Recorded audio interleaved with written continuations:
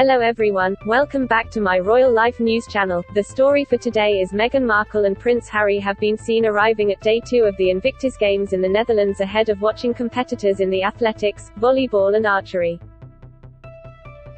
The Sussexes are being protected by a security team of 5 during the Invictus Games, with a burly bodyguard seen travelling in their Land Rover as Harry drove himself to the athletics arena at the Zuiderpark in The Hague. Meghan sat in the front seat while 4 bodyguards travelled behind in another Land Rover.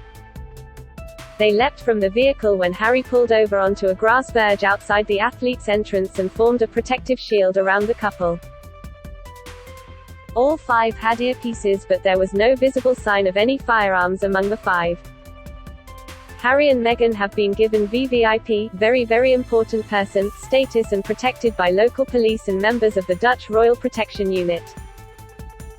On Saturday, Meghan Markle made a subtle dig at the royal family after telling competitors at the Invictus Games they know what service is, after taking a previous potshot at the Queen over the use of the word during the Megxi row. On Sunday morning, Meghan swapped the glamour of her off-the-shoulder white gown at the opening ceremony for a more casual look with jeans, a white wrap-around coat and a pair of brown suede stiletto shoes. The couple chatted briefly to staff assembled at the entrance as the guards looked on. Harry was seen embracing Dave Henson, a former Royal Engineer Search Advisor in the army who lost both of his legs when he stood on Eid in Helmond in 2011. Following her side swipe at the royals in her speech where she referred to service, Meghan looked very relaxed. Harry wore a fleece emblazoned with the Invictus logo and sand-colored chinos and shoes. All the bodyguards, 2 of whom are believed to be with the Dutch Royal Protection Squad officers, stood in a protective circle around the entrance. 2 others who wore Invictus jackets are believed to be from the couple's private security firm.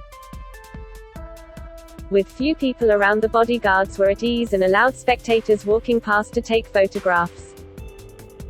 When one of the Invictus volunteers asked Harry if he could take a selfie, the prince said, "I've not got time now and will do one of the way out." The couple will watch the opening hour of the athletics before attending the volleyball event. The afternoon session will see the pair attend an indoor archery contest. The couple are being followed by a Netflix film crew making a docu-series as part of their company Archewell's £100 million deal with the streaming giant. A team of 30 have been assigned to follow the couple around to gather material for what is expected to be a 3-part series. One of the organizers said the Netflix team arrived in 6-people carriers with caseloads of equipment. The film crew have been given maroon bibs to help them stand out from the dozens of photographers covering the games and given exclusive access to the couple with behind-closed-door meeting with the athletes. Filming has already taken place with Harry and Meghan meeting members of the Ukrainian squad who have received repeated standing ovations from other competitors. Both Harry and Meghan paid tribute to courage of the competitors. Prince Harry showed his playful side as he did a high five with 2 young fans waiting to catch a glimpse of the Invictus Games founder. He pretended to wince in pain after the young children slapped his hand as he leaned out of the driver's side window of his Land Rover Defender. Meghan smiled from the passenger seat as Harry laughed and shook his hand in mock pain. The 2 young fans were later identified as cub reporters for a new digital outlet that aims to give children a voice. Harry was interviewed by the pair, in the presence of Netflix cameras, and touchingly kneeling down to give them a hug. The encounter was revealed in a tweet by one of the writers on the De Kinder correspondent Taco Rietveld. Harry is said to have told the children as part of the interview, "I wish all children can grow up in a personal world." Harry and Meghan have personalized their appearance at the Games in The Hague by making reference to their young children, Archie and Lily. Meghan mentioned the pair in her emotional speech where she introduced her incredible husband to the 5,000-strong audience at the copper-colored indoor arena at the Zuiderpark in The Hague. Harry also revealed a touching detail that his son Archie had told him he wanted to be a pilot or an astronaut when he grows up.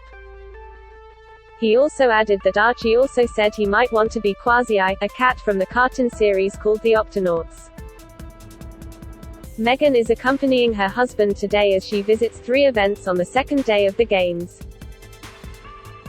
She is expected to fly back to California on Monday to be reunited with her children. Sources said it is the longest she has been apart from Archie and Lily since their birth. The couple flew to London for a secret, clear-the-air meeting with Prince Charles and the Queen on Thursday. By the time she returns to their £11 million home in Montecito, California, she would have been away for almost a week. Speaking at the opening ceremony for the Games in The Hague, the Duchess of Sussex said, "Thank you so much for your service and thank you to all the family and friends that are here who have been supporting you along the way. Because this is service, this is dedication and this is the Invictus family." When Meghan and Harry stepped back from royal life, the Queen said the pair would not continue with the responsibilities and duties that come with a life of public service. In a terse response, Harry and Meghan said at the time, "We can all live a life of service.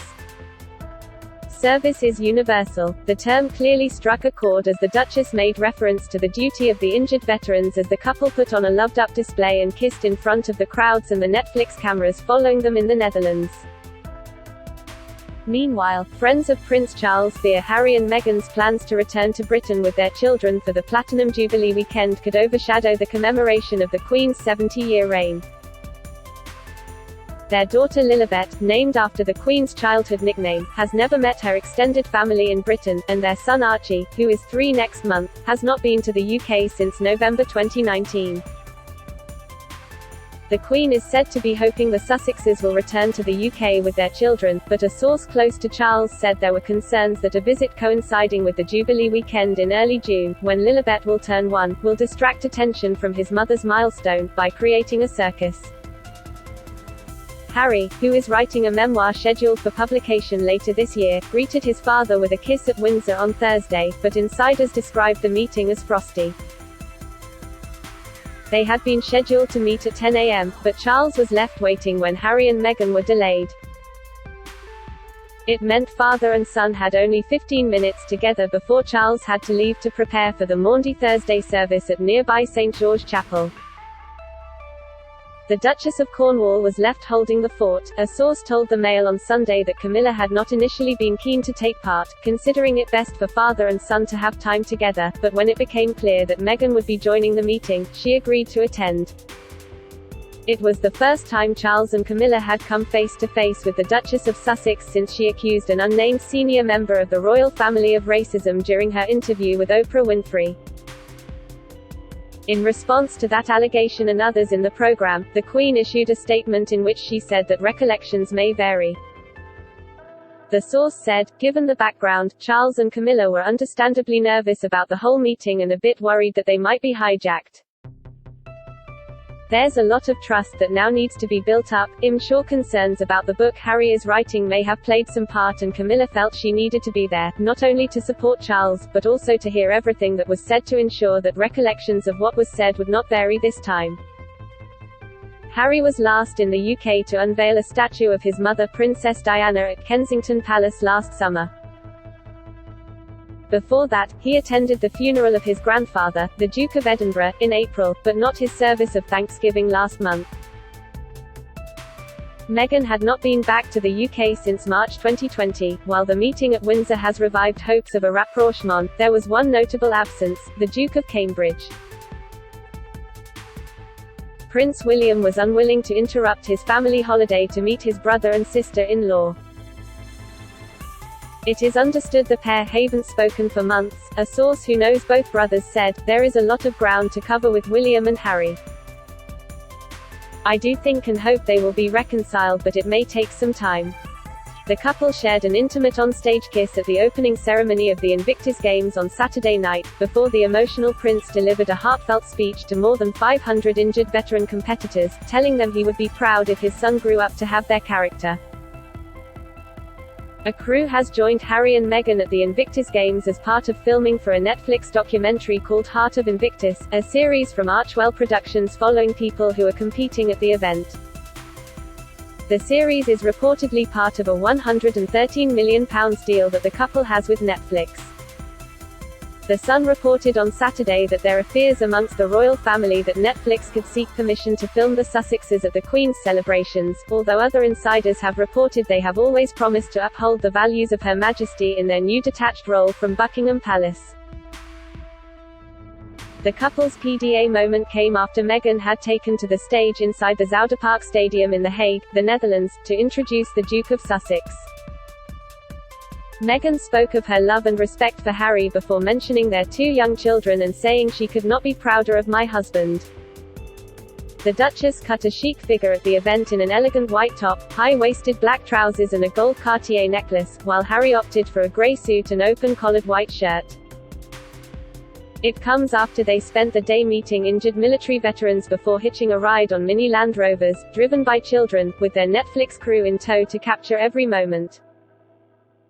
Meghan told the audience Harry had spent many late nights and early mornings planning for the Games, which he founded in 2014, and described him as incredible after thanking the veterans present for their military service. She said, "Now it is my distinguished honor to introduce someone who I think you'll be excited to hear from. He has spent many late nights and early mornings planning for these Games to make them as perfect as possible for each of you. I could not love and respect him more, and I know many of you feel the same because he is your fellow veteran, having served 2 tours of Afghanistan, and 10 years of military service, and the founder of Invictus Games and the father to our 2 little ones, Archie and Lily. Please welcome my incredible husband, Prince Harry, the Duke of Sussex." Harry took to the stage and kissed Meghan as he took the microphone out of her hand. He smiled broadly as she returned to her seat and said, "Thank you, my love." He also referenced his son Archie in his speech, saying they often talked about what he would want to do when he grows up. Harry told the audience that his son one day wanted to be an astronaut and another day a pilot. "A helicopter pilot, obviously," said Harry, in reference to his own military career. He then added that some days his son wanted to be Quasi-I, a daredevil cat from the cartoon TV cartoon series Octonauts. "If you are laughing, then you have seen it," Harry told the audience. He continued, "But I remind him no matter what you want to be when you grow up, it is your character that matters most, and nothing would make his mum and me prouder than to see him have the character of what we see before us today. You as a community have overcome immense challenges, and you are healing and teaching the world as you go. You are people of resilience, and strength, and of heart. You have the heart of Invictus." Harry and Meghan had earlier walked hand in hand upon their arrival as they approached team members and stopped for a chat and some photos, before taking their seats to hear a speech from Prime Minister of the Netherlands Mark Rutte. One of the biggest cheers of the night came when Mr. Rutte paid tribute to the Ukrainian team, telling them, "I am sure you are here with mixed feelings and great concern of what is happening back home. Some members of the Invictus community cannot be here as they are fighting on the front line." He added, "We are also thinking of those in the community who have paid the ultimate price. We are behind you and support you, and together we can show that unity and solidarity will win over conflict." Hans Ploegmakers, an injured veteran, then played the Dutch version of the last post on trumpet, followed by a minute's silence. The crowd were told that an empty yellow chair would be left at each of the sporting venues to salute fallen servicemen and women who had died serving their country. In the colorful opening ceremony, flags of each of the 20 competing nations were carried out on stage to loud cheers. They were paraded through the stadium with the Afghanistan team carrying a neutral flag, as the country is currently run by the Taliban following the US-UK withdrawal last summer. Harry was then called on to the stage to present the medals of the earlier Land Rover Driving Challenge. The Duke of Sussex had been pictured sat in the passenger seat while the car was taken over an obstacle course as Meghan looked on. The Kaiser Chiefs performed the song Coming Home as 32 military volunteers carried lighted blocks celebrating the 5th Invictus Games. Harry and Meghan's arrival came after national teams walked out to a live military band, with Ukraine receiving a huge standing ovation. The team, who were granted special permission to compete from President Volodymyr Zelensky amid the Russian invasion, waved to the cheering crowds while the band's cover of Euphoria by Loreen blasted through the rafters. The Games will run until next Friday and will see more than 500 competitors from 20 nations battle it out in events including archery, athletics, wheelchair basketball and sitting volleyball. The annual event was founded by Harry, with the first ever edition being held in London back in 2014, followed by the US, Canada and Australia. The Hague was supposed to host the 2020 Games, but it was pushed back to this year due to the coronavirus pandemic.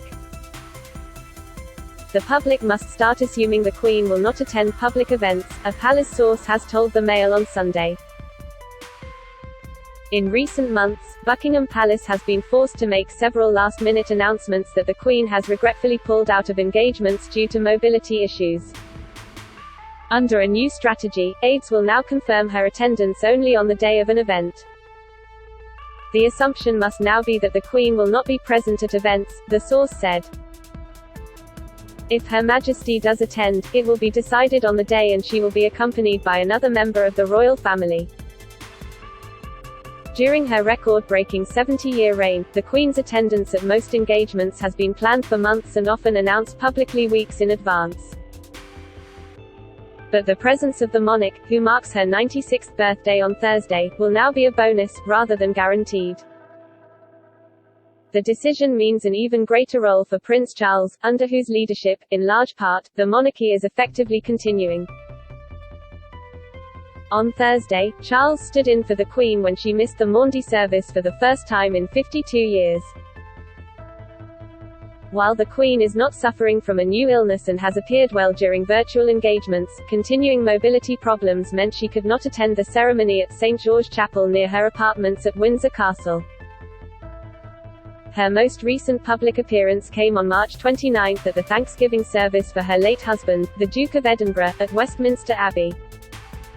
But over the past 6 months she has withdrawn from several other events historically central to her diary, including the Remembrance Sunday service at the Cenotaph and the annual Commonwealth service. Aides are hopeful the Queen will be able to attend some of the events organised to mark her 70th Jubilee in person, although it is expected these will be few in number. That is all for Today News. Please make sure to leave your comment and subscribe the channel below for more news update.